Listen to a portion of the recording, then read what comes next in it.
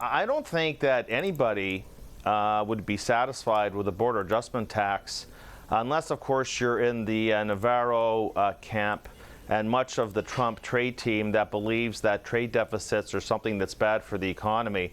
I actually found historically that when the U.S. runs trade deficits, GDP growth tends to be more than a half a percentage point higher than when they're running trade surpluses. I think what's happening here is trying to kill two birds with one stone, that here we have a border adjustment tax, and oh boy, not only will that revamp the corporate tax system, but at the same time, we will, redress the trade deficit. To me, it's nothing more than trade protectionism wrapped up in corporate tax reform. I think a border adjustment tax would actually not be greeted very well by the markets, or I think by the vast majority of economists that have been busy and ready to raise their GDP estimates. I'm not so sure a border adjustment tax is going to be the best solution for that. Well, David, in the view of many people, that's certainly not what's in the price. But what is in the price is optimism and hope, and that was priced in on Wall Street like that overnight. August, to me, feels like a long way away. The markets this morning aren't really disturbed by that. What do we need to see between now and August in an actual plan to validate the price of the story currently?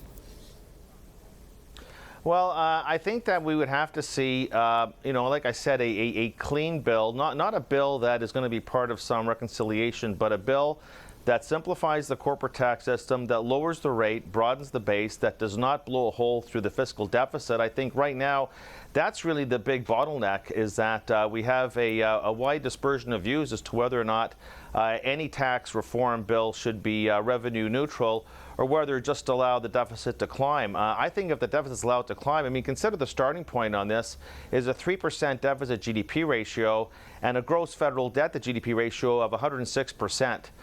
So I think that any tax bill that takes the deficit even higher is going to be something the markets are going to have difficulty with. And don't forget that the Fed is now the elephant in the room, and they've already said that they're not going to accommodate any increase in the fiscal deficit coming out of any tax reform bill. So I think that's something very critical here as to what this does to the budget balance at the same time. So, David, we've got this 6-month vacuum between here and then.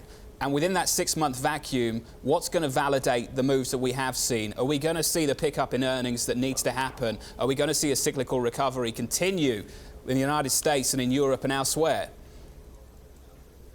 Well, look, I think that, we've got to take the information as it's been presented to us. So the bottom line is that the markets have already told you that they're going to give the new administration the benefit of the doubt. So if you're going to say to me, will Mr. Market get extremely impatient because you don't get something the next 6 months, I'm not so sure about that. I think that if we don't see anything in the next year, well, that's a different kettle of fish altogether. But to say that, we don't get anything in 6 months and the market will become extremely impatient, I think we would have to see a lot more than just that.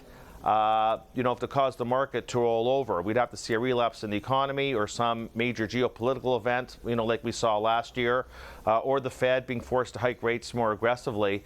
Don't forget there's other things that Trump's going to be doing through deregulation and other things through executive order that, could cut both ways. But there's other things here driving the markets than just mere corporate tax reform.